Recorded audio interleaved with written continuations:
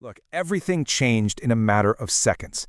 The exact moment the NFL schedule dropped, the Washington Commanders organization collectively realized they weren't just staring down a normal, challenging new season. No, they were staring down a literal survival test. We are talking about a brutal, unforgiving path that seems purposefully designed to break this team before the leaves even begin to fall from the trees. You see, the schedule makers didn't just deny them favors this year. They seemingly constructed a flawless mathematical trap. 7 of their 17 regular season games fall against teams that made the playoffs last year. These are teams boasting a combined win percentage that ranks right up there among the absolute highest in the entire conference. And it gets worse. Washington faces a severe net rest disadvantage, meaning they are playing multiple teams coming off mini-byes or extended rest periods. This isn't just about who they play, it is entirely about when they play them and the devastating physical toll that kind of relentless schedule demands from a human body. Today, we are breaking down a timeline so dark, so physically demanding, and so schematically grueling that it literally has the rest of the league holding its breath. Welcome to NFL Nexus. Now, before we dive into this incredibly dark timeline and map out every single tactical twist and physical turn of this impossible gauntlet, I need you to do something for us right now. Subscribe to the channel, like this explainer, leave a comment down below with your thoughts as we dissect the X's and O's of this absolute nightmare of a schedule week by grueling week. And look, if you truly want to support the deep analytical dives we do here, become an NFL Nexus channel member today. Your support is the only thing that allows us to study the tape and break down the league at this kind of granular level. All right, let's step into the gauntlet. Okay, let's really dive into this because the national media is already sounding the alarm, and it's deafening. Just listen to this terrifying warning from Fox Sports' Ralph Vacchiano, dropped in the immediate aftermath of the schedule release. Quote, surviving their first 8 games may not be possible. They don't really have a break until they get to Arizona in week 12, end quote. I want you to just let those words sink in for a second. Surviving may not be possible. Guys, this isn't just sports talk hyperbole. It is a preemptive autopsy of a football season based entirely on the brutal physiology of the NFL. I mean, think about it. What actually happens to a 53-man roster by week 8 when they haven't had a single second to catch their breath? We are talking about the unavoidable accumulation of micro tears and hamstrings. We're talking about the complete lack of recovery time for high ankle sprains. We're looking at a relentless, exhausting Monday to Saturday film study cycle that drains a team's mental capacity before their cleats even touch the turf on Sunday. The pundits are looking at this slate and openly, genuinely questioning if the human body can even endure the opening 2 months of this campaign. To put this into perspective, the Commanders are facing a sheer, undeniable mathematical disadvantage right out of the gate. When you sit down and calculate schedule favorability, and by that I mean factoring in projected opponent DVOA, quarterback tiers, the sheer travel mileage, and those all-important rest differentials, the Commanders slotted in at number 24 in the entire league. Number 24. That is dead last in the NFC East. They are stuck looking up at the New York Giants at number 19, the Dallas Cowboys at number 21, and the Philadelphia Eagles were sitting comfortably all the way up at number 4. Washington isn't just fighting the 11 men lined up across the line of scrimmage every week. They are literally fighting the algorithm of the schedule itself. They are starting the race 10 paces behind their biggest divisional rivals, burdened by back-to-back road stretches and punishing travel logistics that the rest of their division simply gets to skip. So, what does this all mean? The absolute crucial point here is the human stakes resting squarely at the center of this storm. Following a highly disappointing 6-11 finish last year, the organization has invested heavily, making this a massively defining year 3 for head coach Dan Quinn. Make no mistake about it, he is quite literally fighting for his job right now. His defensive scheme requires an elite, high-energy style of secondary play, which, as we know, is incredibly difficult to sustain under this level of travel fatigue. And his entire fate as a head coach rests on the shoulders and the incredibly fragile health of star quarterback Jayden Daniels. Let's not forget, last season, Daniels battled through rib contusions and the slew of lower body injuries behind a constantly evolving offensive line. And now he faces early, elite pass rushes that will ruthlessly test both his processing speed and his physical durability. Washington will live and die by exactly how quickly Daniels can diagnose complex blitz packages while under extreme duress. Because if his internal clock speeds up too much, or if his body simply breaks down from the hits, this entire regime falls right along with him. Let's look at how this plays out. The opening 6 weeks are not just a schedule, they are a physical gauntlet meant to completely break a team's spirit. You have heavy-hitting division rivals back-to-back, you have the defending Super Bowl champions, and then you hit an absolute logistical nightmare. They have to endure international travel, flying all the way across the Atlantic to London, turn around and fly back to the East Coast, and then immediately start prepping for a massive cross-country flight to face an elite San Francisco offense. The physical toll that kind of travel takes on the players' circadian rhythms alone is absolutely staggering. The early slate is going to definitively define Dan Quinn's third year before we even get to Halloween. So let's break down exactly how this nightmare begins out there on the field. The brutality of this schedule starts immediately, dropping them right into an 0-2 hole. The Commanders open the season on the road against the Philadelphia Eagles.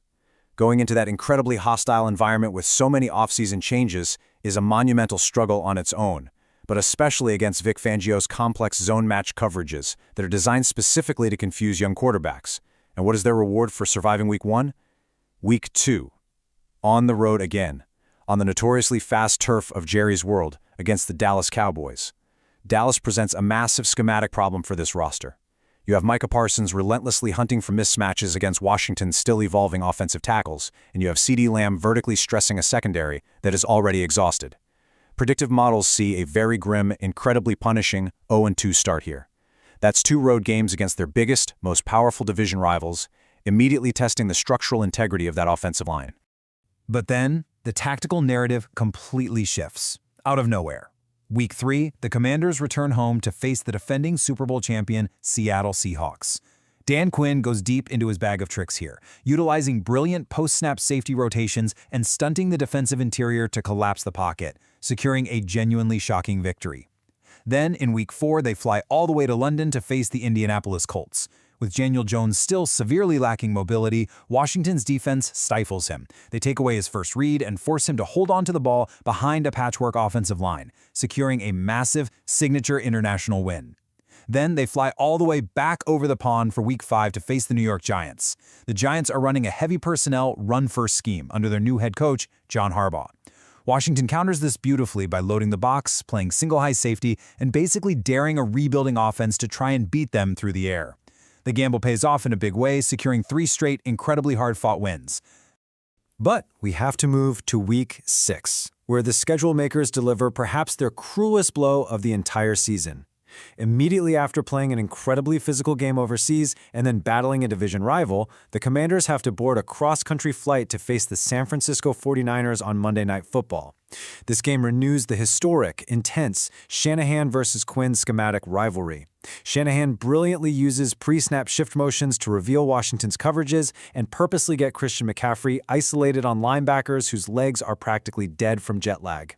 The cross-country travel makes the entire secondary look a half-step slow against Mike Evans and those wide-zone play-action concepts. The physical exhaustion finally inevitably catches up to them. It is a brutal reality check, resulting in a primetime loss where the defense simply runs out of gas in the fourth quarter.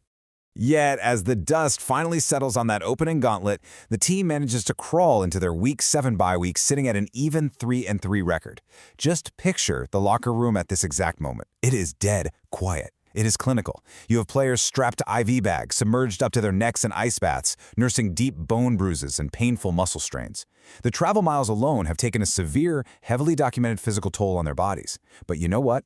They are alive. They fought admirably through the first 6 weeks, overcoming that devastating 0-2 hole through sheer schematic execution and raw willpower. They get this one single week of much-needed rest, and they are going to need every second of it, because what comes next is a test of pure, unadulterated human endurance. Coming out of the bye, this marks the beginning of an 11-game, no-bye-week grind all the way to the finish line. Fresh off the rest in Week 8, they host the Eagles on Sunday Night Football. Fully rested, the defensive line absolutely wins the leverage battle in the trenches to avenge their Week 1 loss. But the high doesn't last. In Week 9, Sean McVay's Los Angeles Rams stretched that youth on defense entirely too thin with cleverly condensed formations, handing Washington a tough loss. The turnaround is immediate and brutal. Week 10, a grueling Thursday Night Football road game against Harbaugh's Giants, and they somehow scrape out a win. Then Week 11, Monday Night Football against the Cincinnati Bengals. It's an absolute electrifying shootout. Jaden Daniels goes punch for punch with Joe Burrow, driving the ball into incredibly tight windows on cover 2 beating seam routes. Washington rises to the occasion at home, requiring every single ounce of mental stamina they possess to secure a massive primetime win. And unexpectedly, right in the middle of the season, the team absolutely catches fire. After taking down the Giants and outdueling the Bengals in primetime, they roll into Week 12 against the rebuilding Arizona Cardinals, and Washington's pass rush just dominates Jacoby Brissett. Dan Quinn dials up an absolute masterclass of simulated pressures, dropping massive defensive ends into coverage while bringing lightning-fast slot corners off the edge to completely overwhelm Brissett's internal clock. It is a dominant, entirely suffocating victory. Suddenly, a team that was warned by the national media that they might not even survive the first 8 games is riding a massive wave of momentum deep into the freezing winter months. The momentum truly peaks in Week 13. We're talking about a highly hostile road game down in Music City against the Tennessee Titans. The Titans are young, featuring a brand new coaching staff and highly touted prospect Cam Ward starting at quarterback. But Dan Quinn knows exactly how to handle a young, inexperienced signal caller. He flawlessly disguises his coverages, showing 2 high safeties pre-snap before aggressively rolling into single high trap coverages right at the snap. The Washington defense completely baits Ward into costly interceptions and makes him incredibly antsy in the pocket, severely limiting their offensive output. The Commanders secured their 4th straight victory. I want you to really think about that. Deep into an 11-game stretch with absolutely no breaks, no rest, they march into Tennessee and win, pushing their overall record to an impressive 8-4. The entire conversation shifts instantly. The Commanders are no longer just surviving the gauntlet, they are thrusting themselves right into serious, undeniable playoff contention.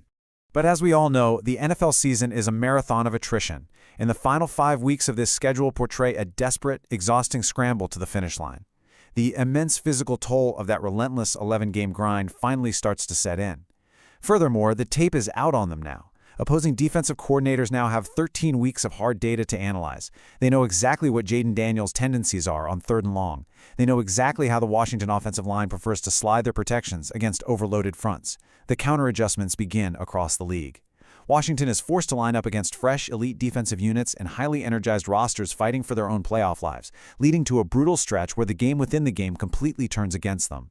We call this stretch the late season bleed. In Week 14, the magical win streak shatters completely against the Houston Texans. Will Anderson Jr. just takes over the game, bending the edge with impossible speed and completely destroying the timing of Washington's pocket, leading to a painfully tight, low-scoring loss. Now, they do manage to squeak out a highly physical, thoroughly exhausting win against the Falcons in Week 15, but then the collapse rapidly accelerates. Week 16, they travel to face Brian Flores in Minnesota. Flores unleashes highly complex zero blitzes and randomly drops 8 men into coverage, completely short-circuiting Daniels' processing ability. It's another tough loss. Then, Week 17, they travel down to Duval. New Jaguars head coach Liam Cohen utilizes tightly condensed formations and rapid pre-snap motion to perfectly outleverage Dan Quinn's totally exhausted linebackers. The Commanders are edged out once again. They drop 3 of their last 4 games. The gauntlet is finally taking its pound of flesh. All of which sets the stage for the ultimate cinematic climax. Everything, absolutely everything, comes down to Week 18, at home, against the Dallas Cowboys. Yes, the exact same Cowboys who pushed them into that terrifying 0-2 hole at the very start of the season. The freezing December weather is officially setting in. Their wildcard playoff hopes are hanging by the thinnest of threads. The Commanders have had absolutely 0 bye weeks to heal their battered bodies during the second half of the year. They are exhausted to their very core. But they unload absolutely everything they have left in the clip for the ultimate schematic showdown against a division rival they absolutely despise. It is a true, undeniable win-and-in scenario. The entire season, the tactical narrative, and potentially Dan Quinn's entire legacy in Washington all culminate right here in these final 60 minutes of football. And here is the truly shocking twist ending to this story. Against all odds, against the terrifying physiological warnings from the national media, against a schedule that was purposefully designed to break them in half, predictive analytics see the Washington Commanders pulling off the epic Week 18 victory to finish the season at 10-7. Let that number resonate for a second, 10-7. But how do they actually pull that off? Well, the underlying metrics point to their expected points added per play naturally stabilizing late in games, combined with turnover luck finally balancing out in high-leverage situations. It secures a highly coveted playoff berth. It proves that Jaden Daniels brilliantly evolved his pre-snap processing to stay healthy all year. It proves Dan Quinn's defensive scheme is ultimately resilient. Finishing at 10-7 against this specific, highly punishing slate isn't just a step in the right direction, it is an absolute triumph of survival. Now, the analytical models say they survive it, but as we all know, these games aren't played on spreadsheets or in DVOA projections. They are played on the real grass, through the freezing cold and through grueling physical pain. So the question remains, will the Washington Commanders actually break the gauntlet, or will the crushing weight of this schedule finally break them? The story is really just beginning, and we are going to be right here tracking every single tactical shift and roster update as it unfolds. If you want to follow this deep dive journey with us, hit that subscribe button right now, like this explainer, leave your own highly detailed record predictions down in the comments, and become an NFL Nexus channel member today to get exclusive access to our deepest film breakdowns. We will see you next time.